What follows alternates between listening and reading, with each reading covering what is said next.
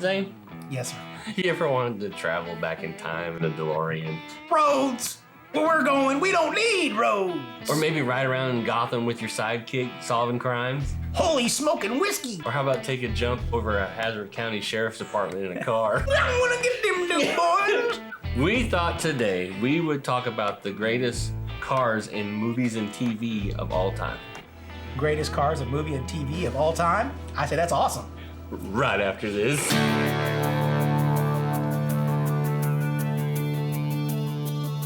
Don't come round and waste my time. A generation of my time. There is nothing we can do to stop this plague from breaking through.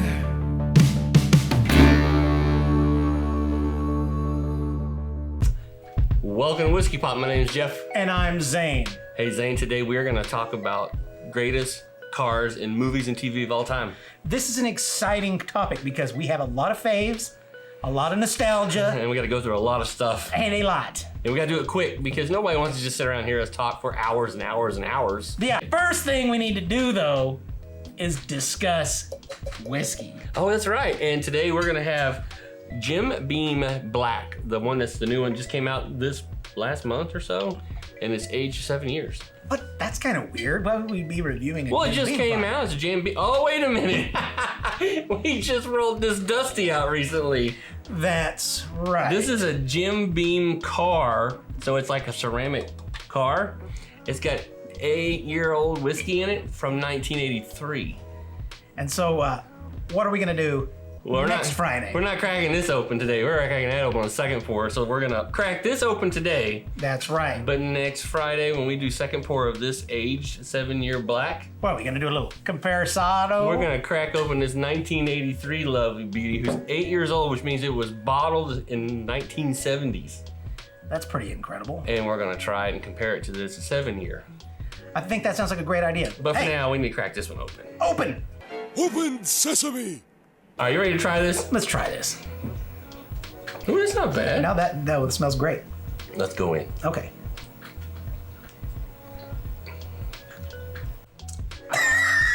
No, I'm just kidding. So we're gonna review this when? We're gonna review this on second pour next Friday With what? with an original Jim Beam product from 1980. 3. So that's gonna be awesome. Yeah, it's gonna be awesome. It's gonna be compare and contrast. So catch us next Friday for that. Yes. And anyway, this Friday we are talking about the greatest vehicles in movie and TV of all time.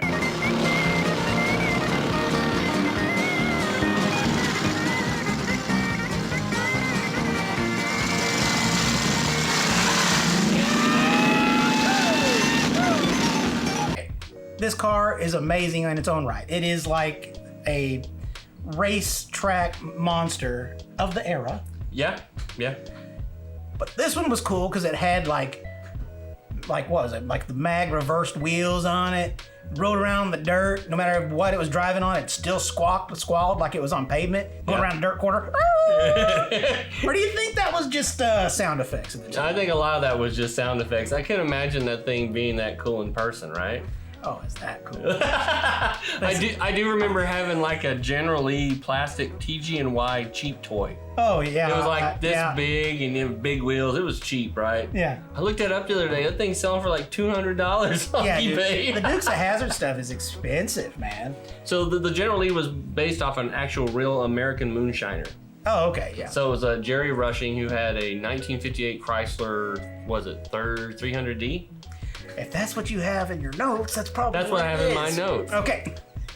He was actually on the show. Okay, wait. It was. And he was playing like some bad guy or something, but he was supposed to become like a regular, and then they completely screwed him on that. And so then he sued him for taking his whole idea of the whole show and his car concept idea, and he actually did get a payout on it, an undisclosed payout on An that. undisclosed payout. Go figure. But you know what, Bo and Luke Duke, I mean, They were great characters. Let me tell you what. I watch it for Boss Hogg. I mean, I can't help it. I watched it for Daisy Duke. Listen.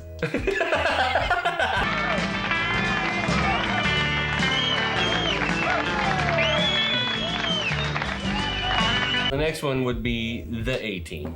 I mean, everybody has to like the GMC van. 1983 GMC Vandura. Well, yeah, it was a quote-unquote souped up version, but I doubt it really was. Do you realize that that van wasn't all black? Well, yeah, it had a red stripe on it. It was black and gray. Oh, the bottom half was gray? Top half was gray. Well, see there you go. Most people just think it's an all black van. The funny thing is, I just saw this recently. So like, you know, the GMC logo that's on the front grille? Yeah.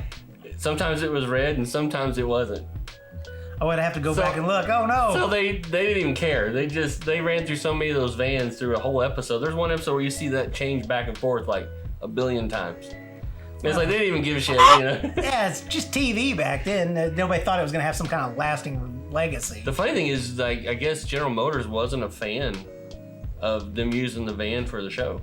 That's stupid because that van was awesome. They wanted them to remove that GMC logo off of that van because they did not want that to be seen on that show. Well, in case you ever find yourself in trouble and you need somebody to whoop some ass, if you can find them, you can call Whiskey Pop. What you doing, sucker? You remember the Munsters? Or how about the Munsters Coach?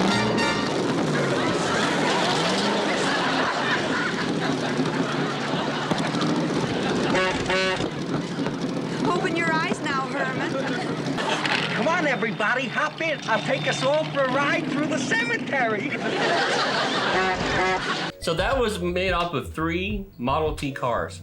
because it was stretched. And there was only one. That is actually Now, years interesting. later- Now, that's kind of weird. Years later, the designers made a couple more, but through the show's entirety, there was only one. And it's not a huge car. I think even when you finally see it in person, you're like, that's not that big. Well, Model Ts were tiny anyway. Yeah, but think about the size of the star of that show.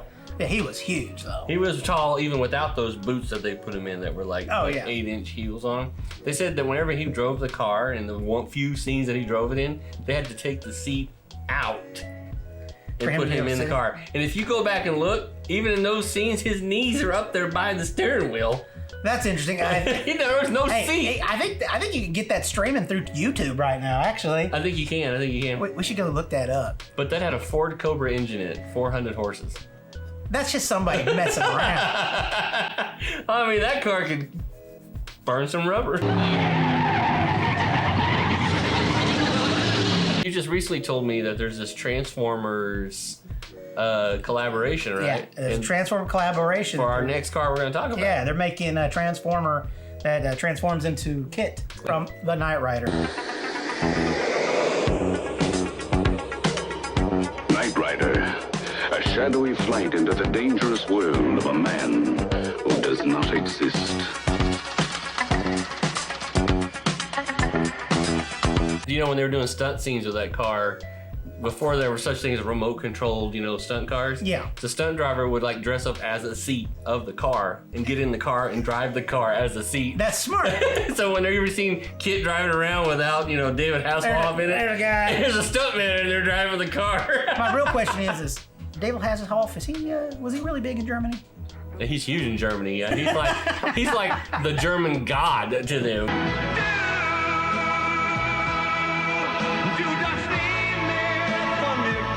So our next one that we're gonna talk about TV as well, but it also crosses over in a movie, so we're gonna go both ways with this.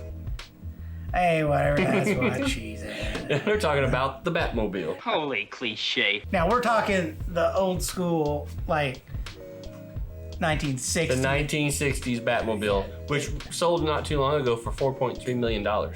That's incredible. I do know that there's a company that is currently available to make you a kit car Yeah. of that Batmobile. Now that Batmobile was a Lincoln concept car. Right. So when they bought that car, they didn't do anything to it, just make it look more Batmobile-ish. By But adding big labels like the Batarang, the Bat Phone, the Bat Ejector Pod. But it was already a 10-year-old car whenever they bought it, so it was just a piece of junk. So the motor and everything in it was like, sometimes it wouldn't start. It didn't go real fast, so to make it look like when they were putting the thrusters on that thing, Yeah. they just sped it up so it would look like it was driving fast. Spin the video. And you never heard that car because they didn't want you to hear that hoopty.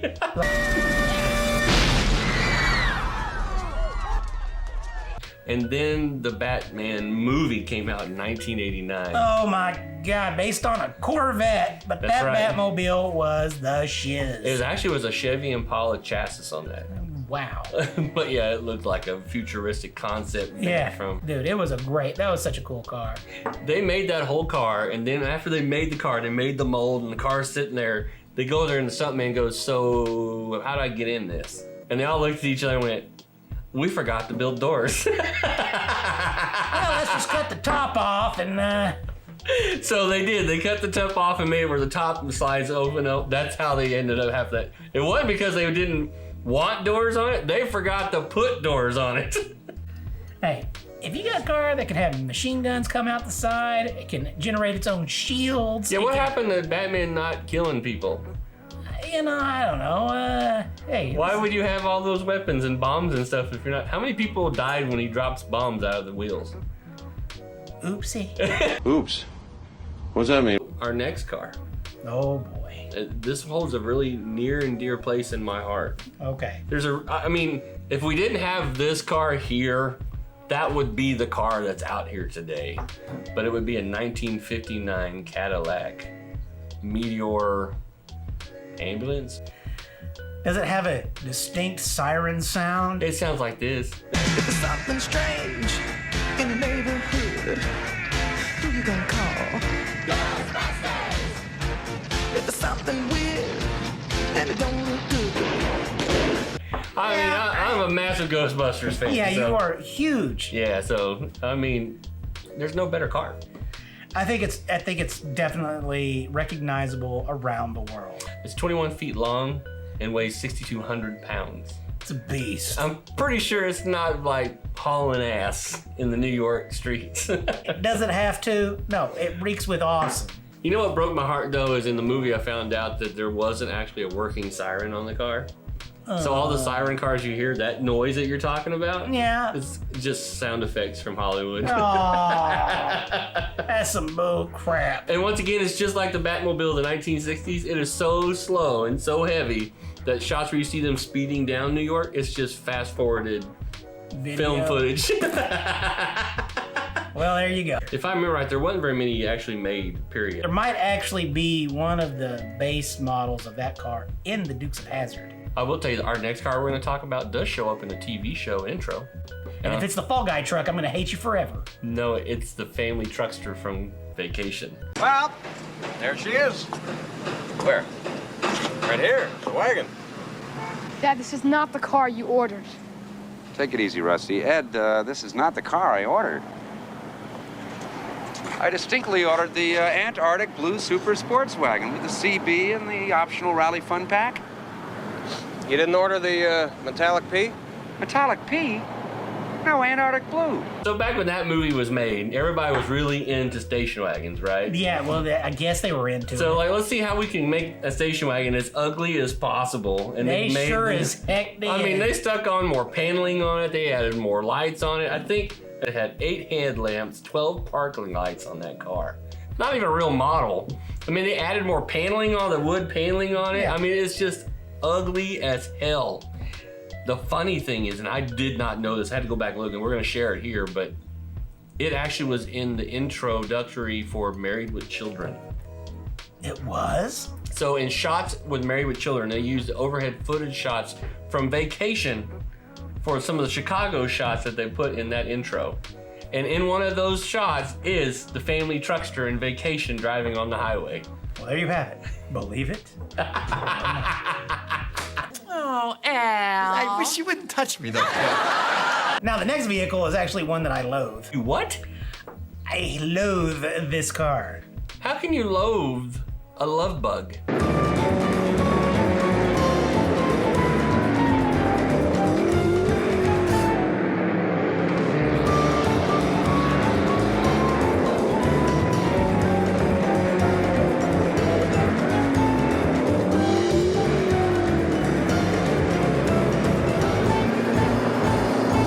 It's Herbie. It's Herbie. It's not the fact that it's a bug. Bugs were cool. You got to punch your brothers and sisters. Out of all the cars we have talked about today, this car has a personality. That's like not liking, like, you know, saying that Bambi's like, you hate Bambi because it's nice. We're talking about cars that had personality. Kid had a personality.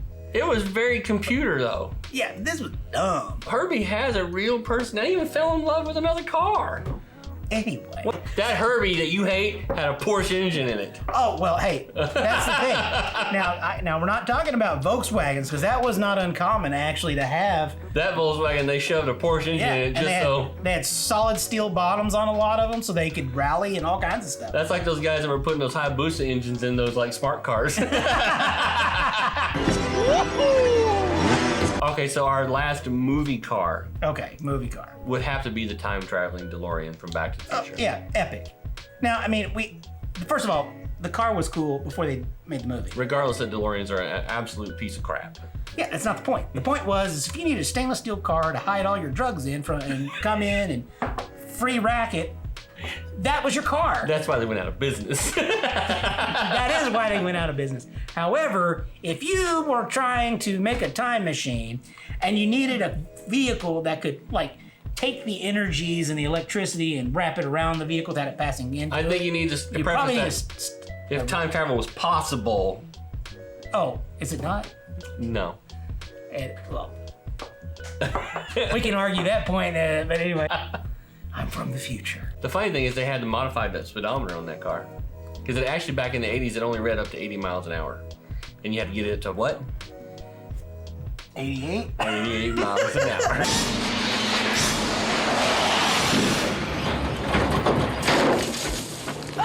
All right, so we have to go through, at least talk about quickly the cartoon cars. Well, yeah, because there's definitely some that we have there's the Mystery Machine. Of course. I mean, it's basically a Volkswagen, right? It's a Volkswagen bus or slash van. And Scrappy would never have been, born without, Velma and Scooby being left behind in the van one night. Well, I don't know about that, Becky. Jankies. Okay, Fred Flintstone's car. Yeah. Tell me is there any car that's more iconic than that? I mean, you could definitely recognize it by its tracks. Ah. Okay. I mean, check out those calves on Fred. Optimus Prime. Yeah. What was he? Freightliner. Freightliner. So he was a Freightliner. Classic, short Snub-nose, right? Yeah. I mean, when they put in that new one for the first Transformers movie, I'm like, what the f is that? Yeah. And then they did that Bumblebee movie where they brought it back where he's like the regular Freightliner. And I'm like, that's my Optimus Prime right there. Autobots, transform and roll out. Then there's Speed Buggy. You tell me you don't like Speed Buggy? He's got more personality than any other car in the cartoon. But that's because he's a man. Speed Buggy's a man? Well, he's like a person. Why are you gender profiling Speed Buggy? Did you lift up his tires and look underneath? Yeah. And he had little valves sticking out from him. Damn it. I always thought Speed Buggy was a dog. I mean, he usually responded like one. Okay, so how'd you like our episode today? We talked about all these cars. Did we miss one? Yeah, I'm sure we did. I can think about several, but myself, you got... Yeah, because he doesn't like Herbie. I mean, what about Turtle Van? What about, we've got... Yeah, he named one. Okay. All right, if we missed one, write it down below in the comments and let us know what we missed. But please be sure to like, share, and subscribe. And don't forget to ding our dong. That way you know when we've got new stuff coming out. Because next Friday, we are going to do a comparisano with this Jim Beam Black aged 7 years with something that's basically bottled in the 70s. That's right, and it's a Jim Beam 8-year, and so check it out. So, hey, till then, be geeky, be safe, be good, and cheers.